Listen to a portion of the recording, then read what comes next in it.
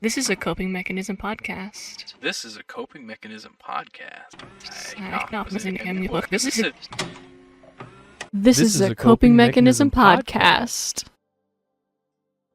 Greetings, one and all, and welcome to another exciting episode of This is a Coping Mechanism podcast. I am one of your hosts, Ted, along with my wonderful friend and co-host, Bessie, as always, and join us as we cope with things through this satire life of ours with movies, media, mysteries, and more. How you doing, Bessie? Good, how are you? I am doing fair. Have you? Here. Yeah. Okay. I'm tired. I'm sore. Yes. I've been, go to the gym all the time now. And staying up late for releases. yeah. I used to do that with sneakers, but those days are long gone. For sneaker releases, I'd be waiting outside a mall.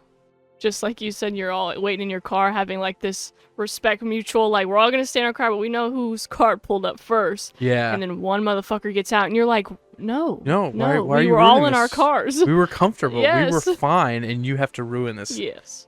Especially when it was cold. Yeah. I'd be like, fuck. It was not cold, but there was thunderstorms supposed to be like Yeah. all day. So I was like, motherfucker, it was at 9, 10, 11, 12, 4 hours that we ended up having to stand. And we got there at like 8:30, and we were only in there for like 30 minutes before it was like, all right. For anyone, because we haven't said at the time of recording, the Nintendo Switch 2 went up for pre-order last week, and as you can tell, If you couldn't tell. Then. if you couldn't tell, that's something that I kind of take a little seriously. So, anyway, but yeah, that was exhausting. Well, speaking of Okay. video games, we are gonna get into Assassin's Creed. I know, obviously, there's video games. They made a movie. I just kind of like put the movie on, not having like any idea about like I've heard of Assassin's Creed, but like the lore or the storyline at all. And I know it's different from the video games or kind of what they focus on. But I thought it was so fascinating, the idea of them saying, we're doing this to kind of cure violence. Yeah. Like the predisposition of our ancestors being so violent that it's being passed down to us, and how can we kind of stop that to like maintain a civil society? And I was like, wow, that's fascinating. And then I was like, dead. Yeah, it was so interesting whenever you brought this topic during like our topic meeting, because I was like, you were really excited. You're like, guess what? We're gonna do one, and you can talk about a video Yes. game. And I was like, oh, no way. And then you were like, it's Assassin's Creed, and I went, oh, I haven't played I've never that. played an Assassin's Creed game. And you were like, well, I'm you know, like- there's you know about the movie, right? And I was like, I know it exists. Yeah. And I asked Alex too, and he kind of was like, well, I played a little bit. But I was like, damn, the one game y'all haven't really gotten into. know, I'm right? like, let's do an episode. You're like, and you were like so gung ho, and then you talked about, Because the idea is fascinating. yeah, exactly. And that was the thing, is that the topic of like this predisposition, and like what humans are predisposition to violence, and like what are our What like we're basic, predisposed to. yeah, what are like our basic tendencies that we're most likely to. Yes. And I was like, did they talk about that in that video game? I thought it was just, It's more like the underlying. yeah. So So how about you get into more of the background and lore of the video game, and we can kind of tie that into the movie? this, Because I only know kind of what the movie was portraying. yeah, I was like, okay, yeah, I'll do some research, and I was like, oh, it's not gonna be. This shit was weird. There's a lot of it. Yeah, and the only thing I knew about Assassin's Creed going into it was that it's like, it's like kind of, I thought it was like kind of in the future, and then it's like VR to the past. Right, it has like high technology, but it's like history Yeah, based. and then I was like, that was all I knew, and Yeah, it was yeah, like, yeah. oh, it's like you living a VR simulation. 'Cause it's really based in like ancient Egypt time period, right? So it goes everywhere, Okay. and the whole thing, and for the first time, I'm on the same page as you and you are about how weird this shit sounds. Because as I was reading it, I was like, what? And first off, we do apologize for anyone who listens to this and is like an extreme fan, and we Yeah. possibly get something a little wrong or Yeah. miscued. It's so deep that we're only gonna know so much of it. Yeah, exactly. So give us some grace, okay?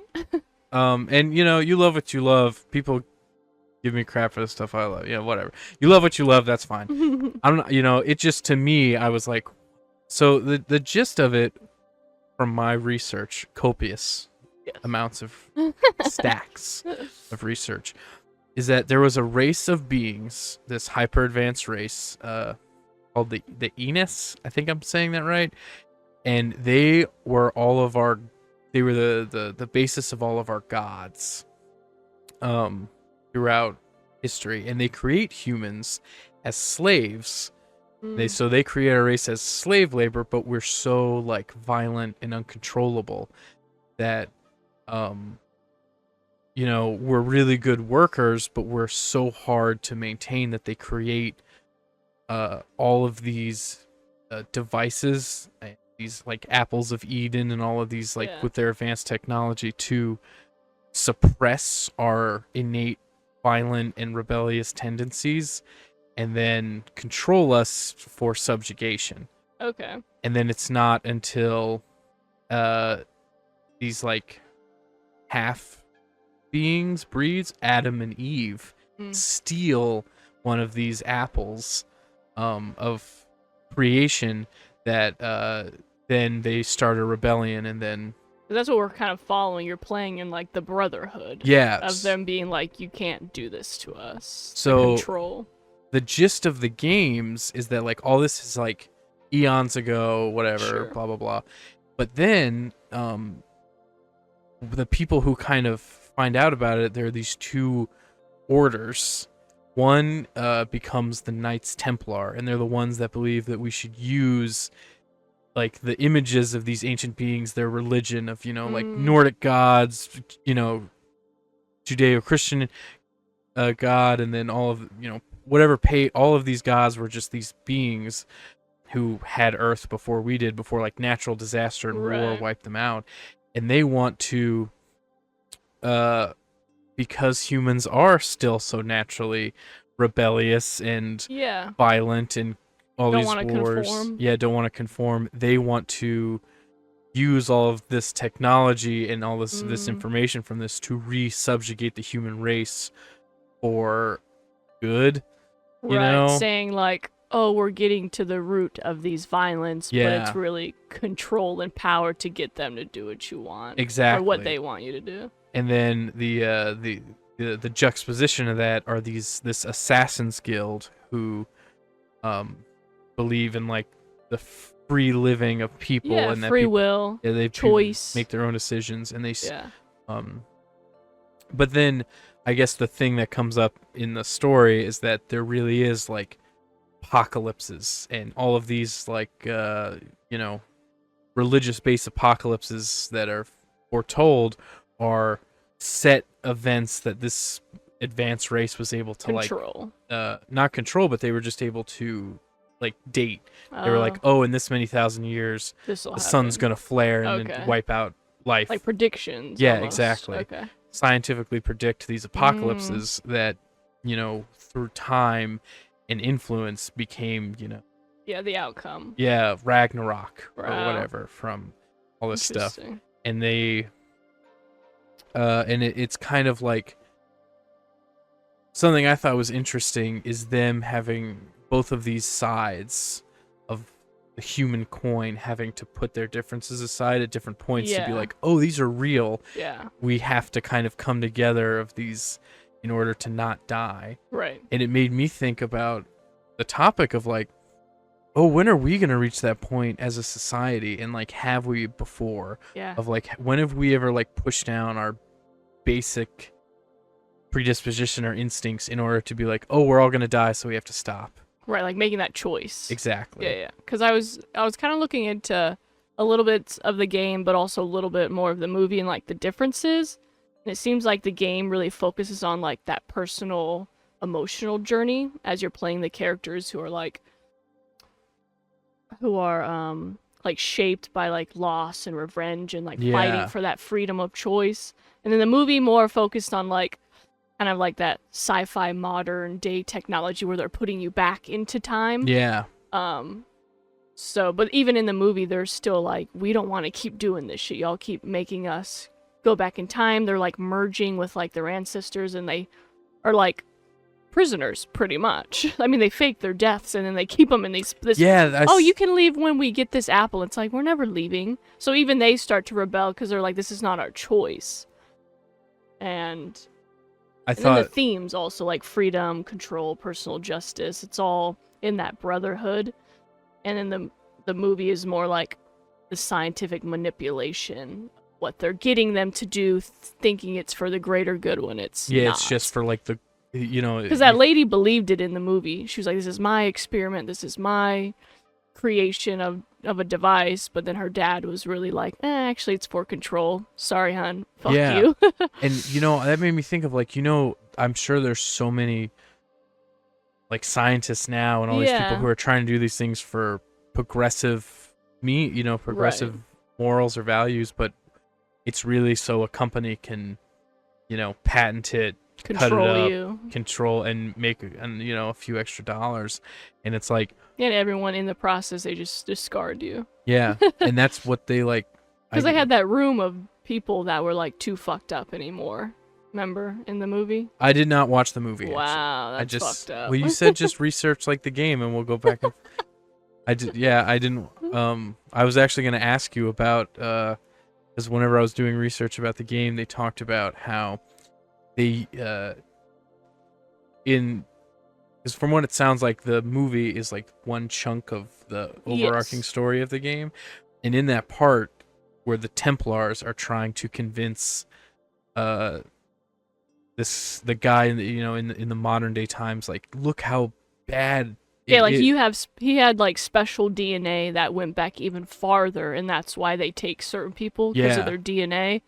And then they're telling him like, well, we're doing this for the greater of mankind, and he's realizing, no, you're not. Because his mom died thinking it was like his dad, but his dad was actually stuck there in this room where the people that couldn't merge and function with like their past ancestors kind of messing up their reality, they just stuck him in a room to kind of just like wander and then eventually kill him off. Do they like the people who do merge, do they like start getting like the abilities and stuff of like the past assassin cells? As soon as they emerge them with that, it was a device. Animus. Yes, the Animus. As soon as they got them to merge and let them know you can kind of control yourself in this immersion even though you're here, their skills were just like who their ancestors were. So they're not wanting to kind of like kill and do these things, but they're just like, oh, I'm just like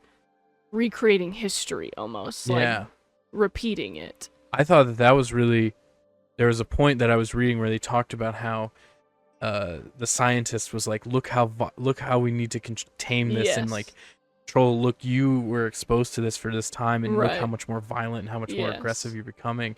And if you can track down where that violence started, that's what they're trying to like change and manipulate. They say, but they're really not. It's really just like, oh, you know, we're this mega corporation that wants to further. But when you're following the characters, whether you're playing the games or watching the movie, you're getting attached to more of their experience. Like I saw like the Destiny, like it kind of starts in the games with the personal journey of a man driven by like his son's loss. So like that grief makes him is violent. So that's why you're like justifying these things, because it's like, okay, this happened to me, so I can just, this is how I'm going to react. But when you realize that vengeance isn't really like revenge disguised as justice, but it doesn't give you the same kind of catharsis that justice would. It's like really about liberating others for our own freedom instead of just killing to kill, because it's not fixing anything. That was interesting. Do you so, you know, I didn't expect this to like go into ask as deep of questions as it were. Yeah. And it kind of sucks because whenever I was doing research, I was like, oh, this is a really interesting, like, science fiction and theological story that they're telling here. Maybe I would be interested in this. And then I was like, oh, this is all like the little subsects you get over like how long it's been, like what, 20 years that this game, there's like 14 of them. There's a lot of games. And for the most part, those are just like little beginning and end bits. Yeah. And it's all just them in this experience. And I was like, oh, I don't think I want to dump like 1,000 hours into these things to get these like little bits of stuff. But I think the best thing the game kind of argues is like you don't cure violence by like a sword or your weapons or your physical or subjugation. It's more about like you cure violence with like a set of code and principles that put away your ego.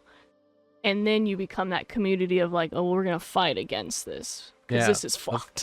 Do you believe? Well, I guess the two big questions is one is like, do you believe that man is predisposed to violence or aggression, and do you think that we can grow beyond that predisposition? I don't think everyone necessarily is like predisposed to violence in a sense of like that far back into like our ancestry, because not everyone's ancestors were as violent. Not in the game where it's like, oh, we were a created aggressive race of worker slaves that needed to like be aggressive to survive. Right. But then again, even probably like caveman times, you had to be violent to survive. Not in the sense of with each other, but like to be able to kill something and hunt it. Yeah. It's still an act of violence in a way, but it's for a more reasonable reason that you can wrap your head around. Yeah, that's a good point. Like just by existing, we are the strong descendants survived, of the most aggressive, the most I mean, if cavemen were really fucking nice around with like saber tooths and shit, and they had to like survive around those things, you better be fucking tough. Yeah. But like I think people get the wrong concept or don't even fully understand what like being predisposed to something is. And I saw a good analogy to how to kind of like explain to somebody what like a predisposition is. So if we're gonna like do this one on like predisposition to violence, that just means how likely someone is to act violently based on certain factors they already carry with them. Whether that's their environment, whether that's what they see in a community, whether it's what has happened to like maybe closer generations like your mom or dad or grandparents. And it said this, think of it like this. Think of violence as a fire. And the predisposition is all the dry wood, gasoline, and matches a person has already stacked up. Whether the fire will actually start depends on the circumstances. But the fuel is already there. And I thought that was a really good analogy explaining it, because I don't think people get like I'm predisposed to addiction, because my father's an addict. And, his father alcohol, and it's like this thing that I could maybe be triggered by. It's just my choice if I'm going to act on what I'm predisposed to. Just even your health, predisposed to diabetes. If all your aunts and uncles have it, there's a good possibility genetically it runs in you. So there are things we are genetically put into. Yeah, I know that's a thing where like my buddy Andy, he was telling me about how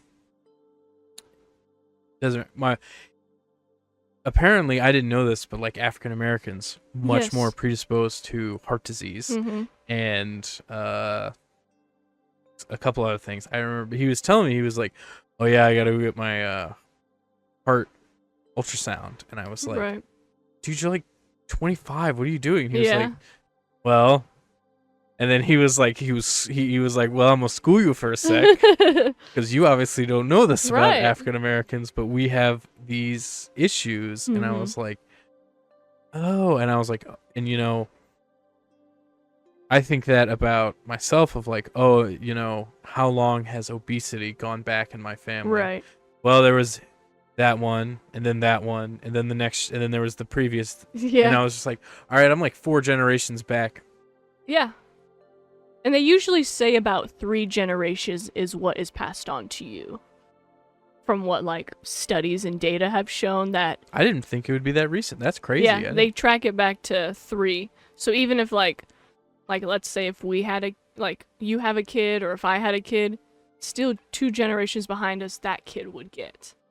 So it's not... That's why it's so hard to break those cycles, because it would take that person's kid and a grandkid to be, like, the great-grandkids finally kind of out of that last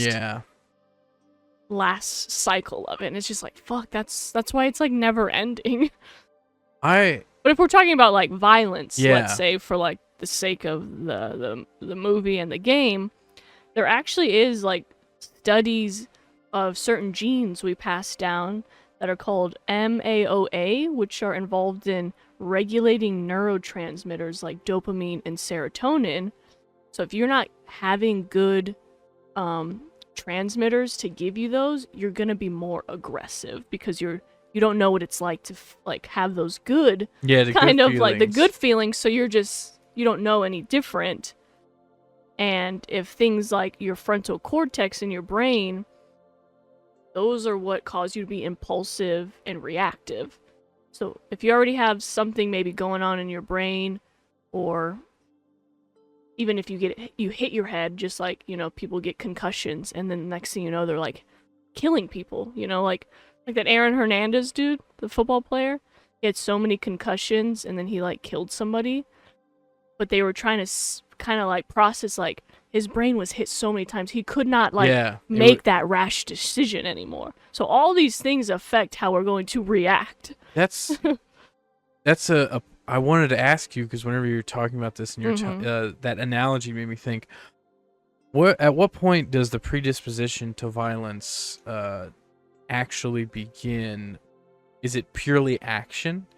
Because, like, I know, or is it also this that, like, want to find resolution through violence? Because how many times are you like you get cut off, and you're like, man, I want to smack that person. Right, or like, I love to crash or beat this person up, or like...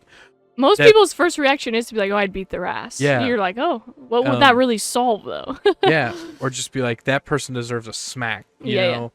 Or even people who almost act too privileged, and you're like, have you never gotten your ass beat? Yeah, you're like, I don't... Do you need it to act? I don't think you know what it's like to, like, really get decked in the mouth for something you've said. Exactly, or done. Yeah. And it's like, and then I think about it, I'm like, would I deck someone in the, for just saying something really messed up? Yeah.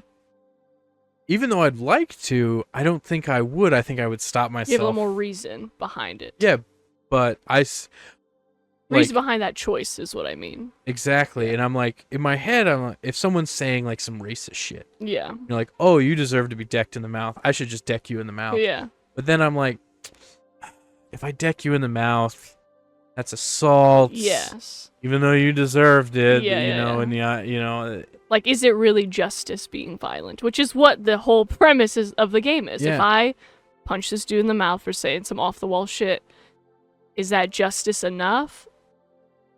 Or am I the one really, like, going to be fucked over by it and not really feel much better about it? But that's what I'm saying is, like, are we still very predisposed to violence? We just are developed enough rationally that we can, before we act on those actions, we think about the consequences, we don't do them, but we're still disposed to the violence. We still are looking for violent resolutions. Yeah. We are just saying, stop, no, don't, and I guess what I'm asking is, like, I think we might still be violent. We just have, like, kind of outgrown the reaction, and maybe like this Hernandez guy. I don't know. I watched a documentary about it, but but like, if that's hitting his head, concussion after concussion. Yeah, concussion after concussion. If someone is like being altered to the point where they have no conscience to stop that it. inhibitors are Yeah. stopping them. Yeah. And it's like, exactly. oh, what if you got rid of those inhibitors for everyone? And like, And I think I guess, kind of around your question, I think it all depends on your environment. Like, I think if you grew up in poverty or in a community where you saw more like gangs, you grew up in aggressive. yeah, or like childhood trauma, I think then you have a less likely chance of being able to reason with yourself if it's worth it, because all you've known and all the people around you have done it. So it's kind of what you're taught is the only answer to problems. Yes. Because even like you said maybe in an episode or two ago, when you had friends, you kind of like pushed your friend.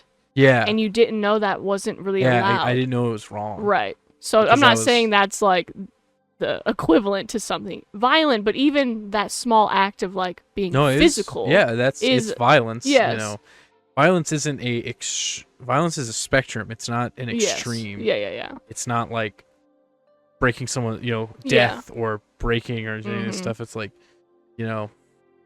if you, and even in the eyes of the law, assault is a very broad term, and so is Yes. violence. Like, Right. Were you assaulted by being spit on? Yeah. Or were you assaulted by a some, skateboard to the face? exactly. Yeah. And So yeah, I think we're probably all a little. I guess I see it as more being kind of like animalistic. I think we are kind of born with this reaction to kind of react or defend ourselves to be violent, but our society does not condone those things without repercussion for the most part, Yeah.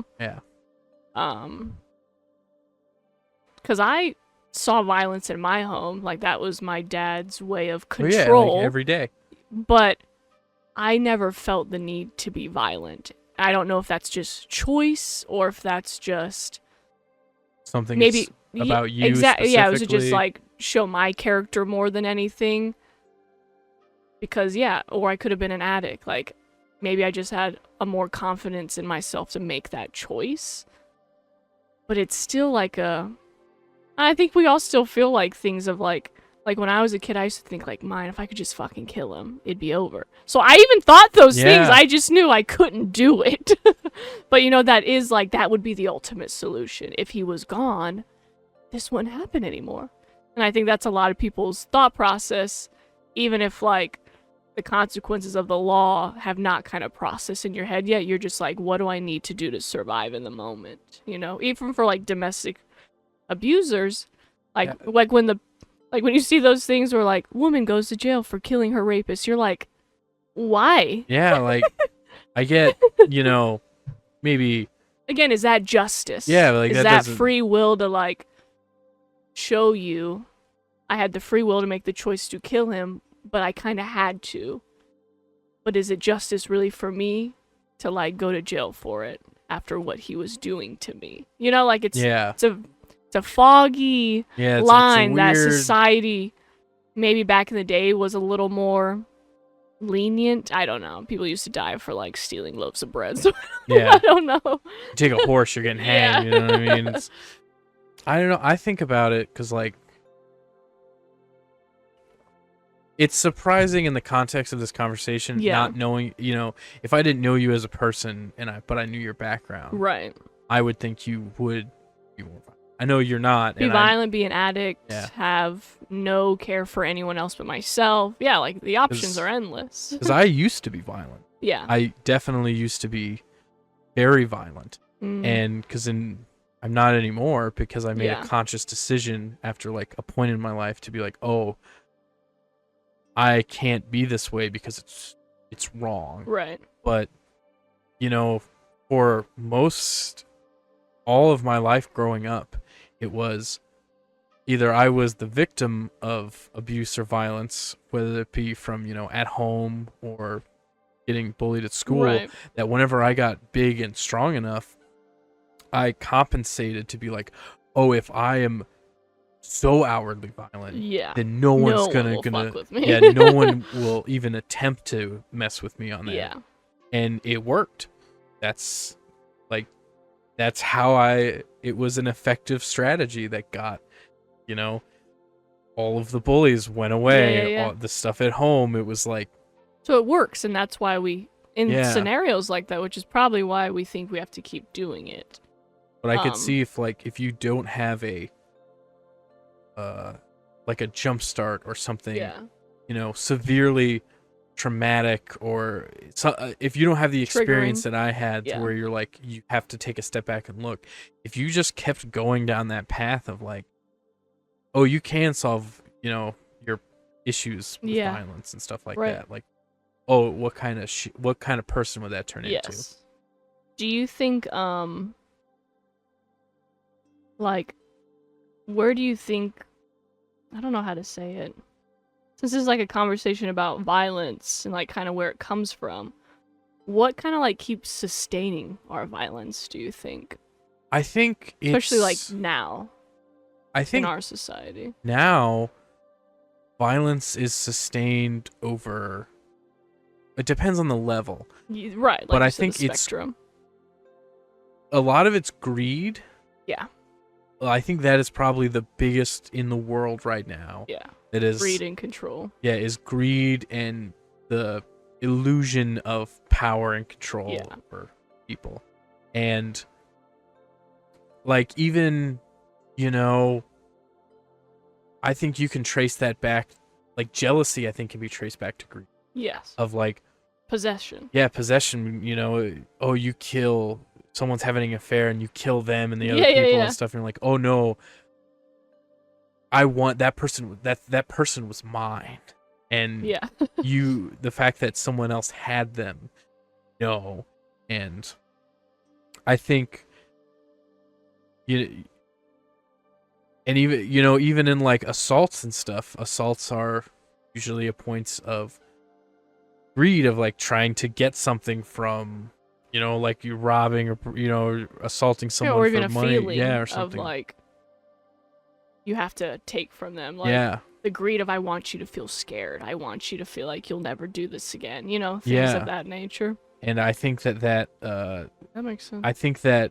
society also kind of promotes that greed, of like how much of what we're exposed to is like, get more money, get more stuff, get to the next level, grind, live your, just don't be happy with what you have, don't be satiated, never stop stopping, and it's like it's never enough. Yeah, you can't just be happy with what you have to have more. Exactly. And like, I don't think there's anything wrong with wanting success, but I do think that when you show that message to everyone, like people are gonna be like, oh, what's the easiest way to success or power or violence? And it's like, oh, if I can promote,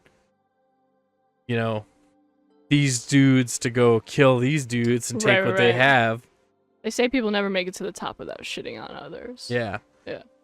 And so I think that's how we're sustaining it.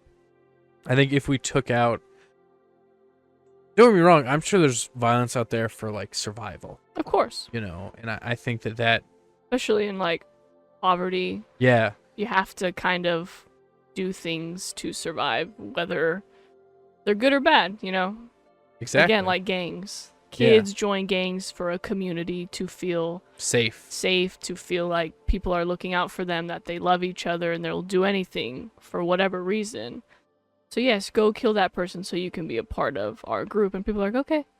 And like without a thought, it's like, as long as I'm accepted in this community.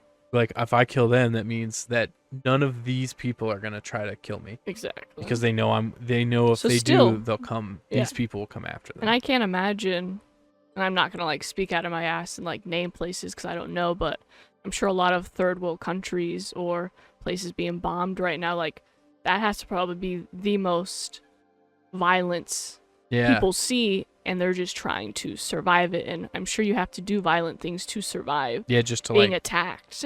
Exactly. And so I'm not trying to. I think that is all. But again, we're still but like, it's still that predisposition if you live in a place that's.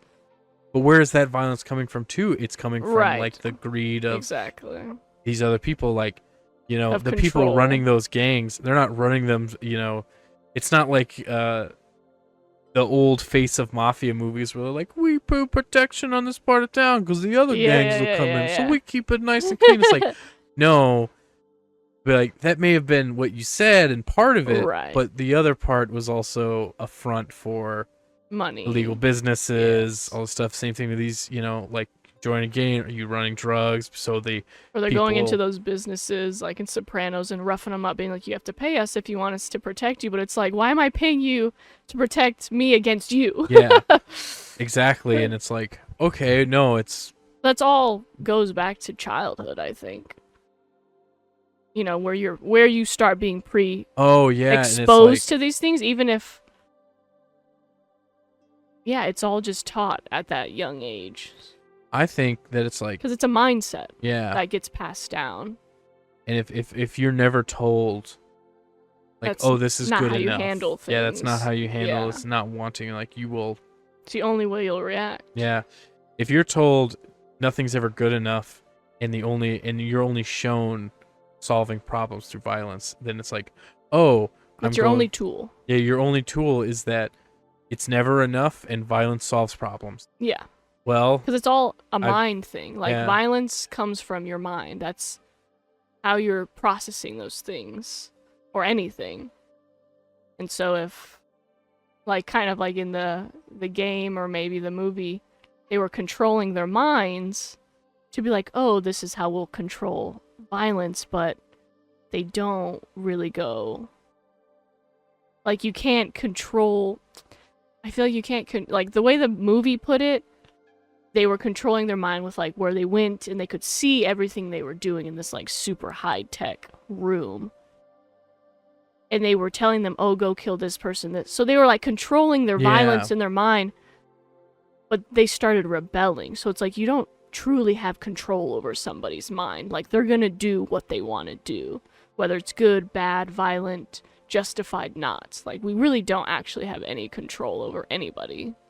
Yeah. Even if we think we do, we really don't in the end. Yeah, it's like you can suppress and, like, kind of you can push down those tendencies. Yeah. You can even influence how people might direct those tendencies. Yes. But at the end of the day, I don't think we would ever get rid of that. I think that we would minimize it to a point if we could provide adequately for people to be like, isn't there that thing that, like, we have enough food to feed everyone, we have enough to clothe everyone, we have enough, like, there's more than enough for everyone to survive and, like, be okay. Yeah. It's just this, push for more. Yeah, and that's what the movie kind of says, like, the philosophical question of whether human violence is hardwired or if it can be erased. And I only think it could really be erased as if, after so many generations of everyone being able to provide the bare... of there being no need for violence ever, that it's like... Then, of course, we probably wouldn't need it, but that is not realistic and it will never be a thing. Yeah. But I do think that, like... So are we hardwired? Maybe, but that's just because we'll never change. Yeah. Because they want to control who stays poor, who goes up in the world. It's all, like you said, greed and control. Which is... But maybe deep down we are hardwired to a sense to always react in defending ourselves in a violent way. And, we do that not even just in, like, physical violence, but, like, if someone comes at you and, well, like, I don't know, but if someone's like, hey, this haircut sucked, you'd be like, no, it fucking didn't. Be like, that's not what you didn't describe to me exactly what you wanted. I did exactly what you wanted. Yeah. And, if someone was like, I don't know, I think our first instinct is to defend, maybe not necessarily physically violent, right, but be defensive. Just be like, yeah. You're of course. You're like, oh, attack. Yes. I'm coming, and I'm clenching and I'm going. Yeah. When anything about you Yeah. or involving you is said in a negative way, you're going to react. Like you said, maybe not the first violent spectrum of like, I'm not gonna assault you, Yeah. but using your words can be violent and hurtful, and then you react being defensive.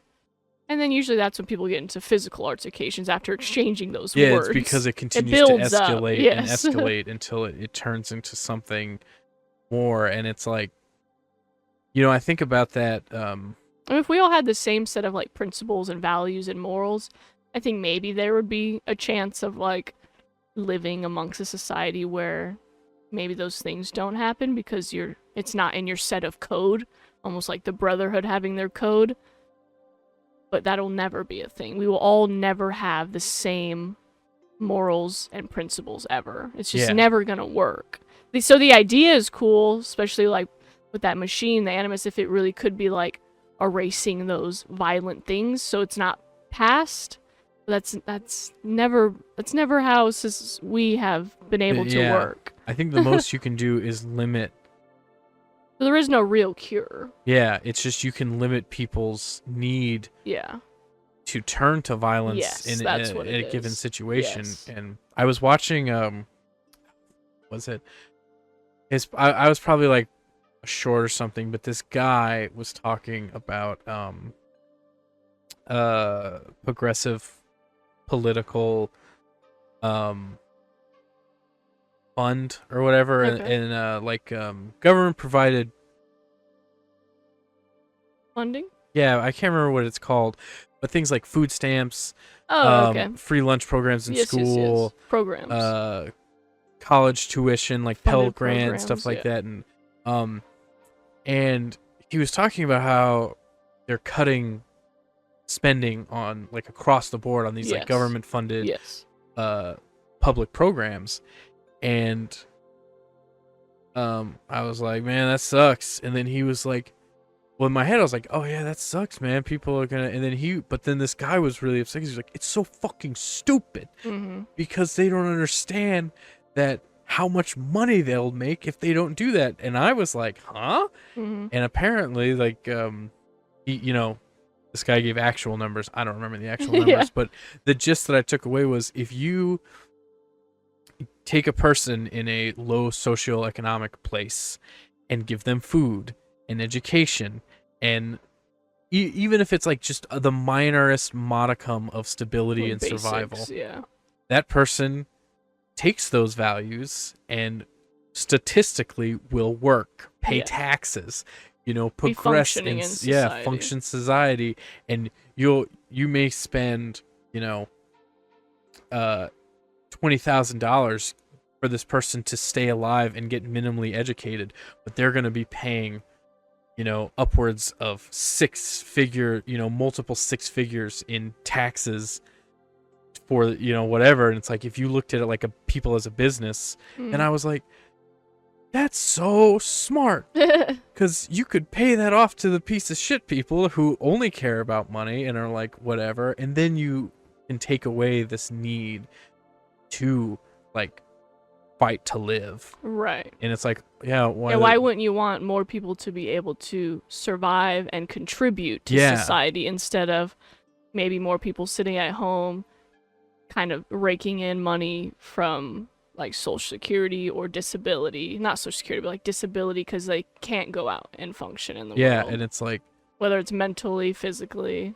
And all I could think of was like, oh yeah, how many people like who are in gangs, or doing whatever, or like, holding up store, doing whatever just to like get the money to pay a medical bill or get food for their family, or and even stuff get their next hit on drugs. It's like they will do whatever for what they need. And it's like, oh, that person who's doing drugs, whether is that disposition coming from like the trying to numb and not dealing with a trauma of like, well, if you gave that dude basic medical care and let him talk to a therapist, maybe they would work that out and then get on like an appropriate medication. And then they wouldn't, you wouldn't have to, pay the bunch of cops and stuff whenever that dude kills someone trying to get money for a next hit, or I don't know. People are willing to do whatever it takes to survive. So why would we, as a community for each other, not try to fight for what we all deserve? I think is kind of what, even the brotherhood in the game strive for. Hey, why do we stop doing what they tell us to do, killing people for vengeance, when we're just pushing the agenda of, see, this is why we need to keep being violent. Yeah. Because it kind of gives that moral question of, in my head, when I think, should we even be allowed to, like, keep existing in this humanity if this is all we're gonna keep doing to each other? Like, do we really have free will? What are really our choices that are given to us? You know, like, Yeah. what does that look like for everybody? Like, is that morally right to keep doing it? If we can't cure it, then Yeah, I don't know, because that's just like the moral question, I think, is it's so hard in my head to think. Yeah. Because, like, I'd like to magnanimously be like, no violence. Yeah, of course. Strive for the utopian ideals Yes. of, you know, let justice and the people reign through. But then, you know, you hear about some fucking pedophile who did some shit that I'm not gonna, you know, say on this podcast, and you're like, oh, they deserve to die. And then we're already right, doing the whole violence thing. exactly. Well, this is justice if I kill them. Yeah, and it's like, oh, if they die, will they do it if they know they'll just die? and exactly, and you know, and I'm like, yeah, curing violence isn't like this quick idea of like, well, we can all just stop doing it. It takes community fighting for, like, we don't deserve this anymore. Let's end it and work together. have you? Oh my god, oh man, I should have brought this up. Have you ever heard of Demolition Man? Mm-mm. Okay, I mean, it sounds vaguely maybe um familiar, but no idea. it fits into what we're talking about so much. It's a movie for anyone who doesn't know. It's an old movie with Sylvester Stallone and Spike Lee, and the whole thing is that we've become utopian as a society. For the most we'll ever be. You know, like, it's still not 100% utopian, but it's close enough. And a guy from like the 19 you remember in a previous episode we talked about, like, the crime rise of the 1980s and all that stuff. Reaganomics and shit.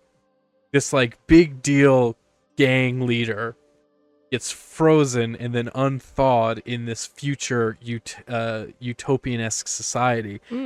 And no one knows how to deal with him because that violence has been, like, taken out just so far back in people's minds that they legitimately don't know how to handle this creature. And, like, this creature's just a man. Yeah, it's just this guy. Man. It's just this, like, old violent criminal. Okay. And then, like, cops will walk up to him and be like, hey, you know you're not allowed to do that. Is everything okay? And then he just beats the crap out of him or kills him. And they're like, and they have to, and the whole movie is they have to go get a cop from the past, Sylvester Stallone, who knows how to deal with a criminal who's violent or who has these things, because it's so far in their head they have no idea what to do. And I can't believe I didn't think of that. That would have been, but yeah, that's interesting. It's portrayed in that movie where, like, does it say how they got people so far removed from the violence? Yeah, so there's I remember, so I haven't seen the movie in a while, so don't begrudge me. The biggest thing I remember is the shells. That's for anyone who's seen it. But there's a part where they go to this museum of history, and it was basically like, here are all of how violent we were as a race. Okay. For thousands of years. And the point of that scene in the movie is it's where the criminal dude, I think is Spike Lee.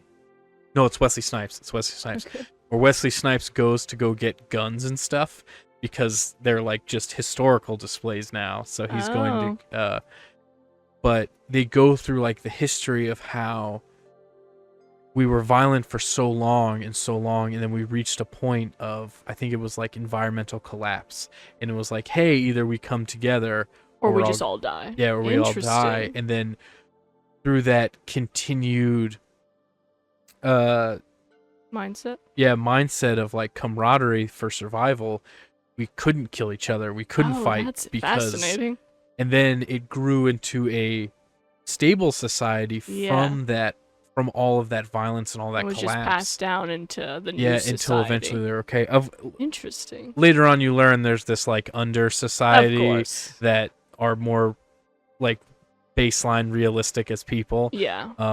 That's still very fascinating, though. Yeah. Because that even still shows it's still in us. There's Yeah. still something there that we're just like, we have to kind of act this way. Yeah, and like we need something. I don't know. It's really it just interesting, it just though. popped in my head of Yeah. like, oh, this they totally Like, did this. how in would this we movie. get to that point? Yeah, What would it take? What would it take for us to? And I thought it makes me think about you remember when we were kids, they used to talk about the ozone, like the hole in the ozone. Did you remember that? Yeah. I was looking at a thing and they were like, "Oh, what how come people don't talk about the hole in the ozone anymore?" And apparently it's because it was one of the greatest Discoveries? no, like human achievements where the planet came together to be like, "Oh, we're all going to die if we don't fix this." And then we all kind of came together as a planet, and that's whenever like we passed worldwide laws about emissions and all this stuff. And it kind of healed itself for a little bit. No, like Is it fixed now? it's not fully fixed, but it Okay. was like It's better. there was literally for anyone who doesn't know, who might be too young, because we were too young when it happened, but I became fascinated and looked Yeah. into it. But we like literally punched a hole in the shell of the planet, not the actual like hard shell, but our atmosphere. And this hole was flooding so much radiation, it was like legit kind of gonna destroy everything. And this was like in the 90s, I guess. It was such a big deal that all these scientists came to the UN and was like, "Hey, we're all gonna die." Like, this And is they were not like, good. "No, not really." And they were like, "No, we're all gonna die if we don't stop this." And then that's whenever, like, I guess, like catalytic converters became a law that they had to be put in cars to like stop those kind of emissions. Yeah. All of these industry standard emission controls, like for Factories across the Yeah. planet. And then, Interesting. you know, it was just like this extra step of filtration that they Yeah. could do, and it was enough to where it was like, oh hey, that's not gonna kill us in the next 20 years. And then it didn't. And but I saw it in a thing of people being like, the environment will fix itself, it's fine. Look, they were complaining about it in the 90s and nothing happened. And they were like, no, we came together as a planet and Look what we did. and we fixed it. Isn't that fucking nuts? Imagine what we did if we tried. Yeah, literally. I guess even when I think about things now, when I'm like, what would it take for all of us to kind of come together? I don't even know. I think it has to be aliens. If that, you know, because I always joke that, like, oh, yes, I think global warming is real. I think, you know, eventually that could kill us off in a sense, but I always say we'd kill each other off before any of that would ever happen. Yeah, I think, you know, if the only thing that would bring us together, I think, would be like an outside terrestrial threat. Be like, all right, guys, we're all great at hating stuff. Yeah. Here's a thing we can all hate. That's true. But I They think say nothing's better than a common enemy. exactly, and I think that it would be that, or credit to Pete Holmes. But I was watching an episode of his podcast. This was like a couple years ago, but he said something that stuck with me, where he was like, we're all gonna probably die, but the world's not gonna die. No, it'll be us. Yeah, be like, we'll all go. The planet will turn around. It'll come back. There won't be humans on there, and It's been surviving way long before us. Yeah, and it'll way do worse than us. And it'll be way after us. yeah, it's like For sure. in another million years, will there be people or even like the same kind of species because we Exactly. fucked it up? Or we've had to evolve in certain ways. Yeah, probably not, but And would we still have that violence in us. Probably. Whatever's there, maybe. Maybe. Because like if we do drive to the point of utter survival for whatever creatures do end up winning, whether it's something that used to be us, or Do you watch Black Mirror at all? No, I've never seen. So there's this. Do you know the concept? It's like the Twilight Zone kind of, right? Where it's like different episodes. Yeah, it's like an anthology, so every episode's its own, and it's very like high technology based. So you get kind of like different versions of that. And in the newest season, I think season 7, episode 3. There's that many seasons? Yeah, but only some seasons have like 3 episodes. So it's like some of them you're like, was that really a season? So this new season actually has a good few. And I think it was episode 3 called like The Thronglets. I was watching it like last week and it made me think of this because, is it okay if I spoil Yeah, you're it totally for you? good. Okay. Okay. So the whole idea of the Thronglets is there's this guy you're following and he gets caught at a convenience store like trying to steal booze, which kind of seems already sketchy because you're like, was he really trying to steal, or was he trying to like get caught? So you're like figuring that out. And he's telling this story in this cop room, where there's cameras and all this shit. Again, it's a very high-tech... Like an interrogation. Yes. So, imagine this world is already like a very high-tech world. And he's telling the... he's telling the story on how he was really into video games. He worked for this video game development company. And this really amazing video game designer invites this one dude who's like nerdy and kind of an outcast, but really smart, to come check out his game.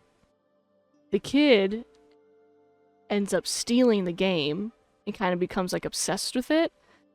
And it doesn't even look like a high-techy game. It's giving like, what's that game where you like kind of build your own little communities? A little bit of Minecraft, a little bit of like what's the one where you like feed animals and you make a farm? Like Animals Crossing. Yeah. It was giving like Minecraft and Animals Crossing in one, but very old digital looking. Yeah.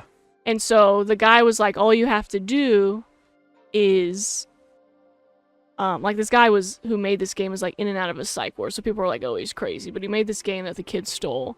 And he said all you have to do is like feed these little Thronglets and they'll build a little community and multiply.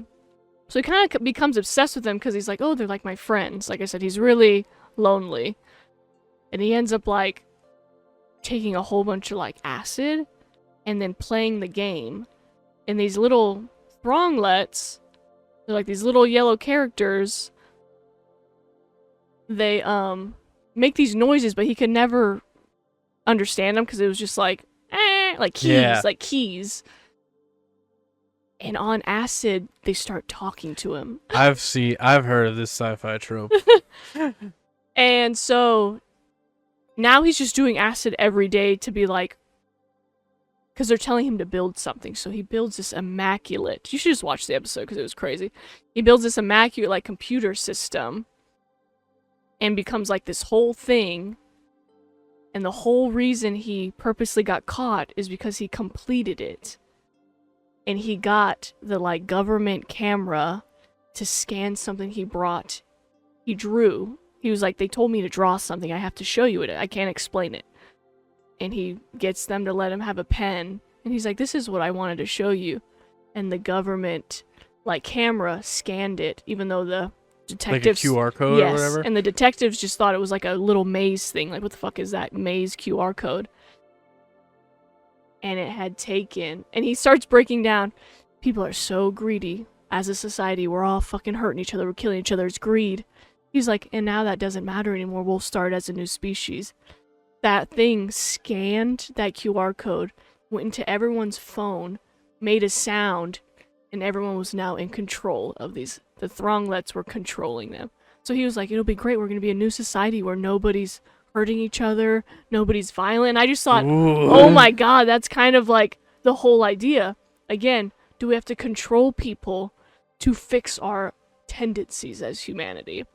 It was crazy. And then it just ends, and you're like, fuck, that was only one episode? And that's all you get, But that one made me think of this in a way of like, see, do we really have control of ourselves enough to end it, or does something have to control us to end those things?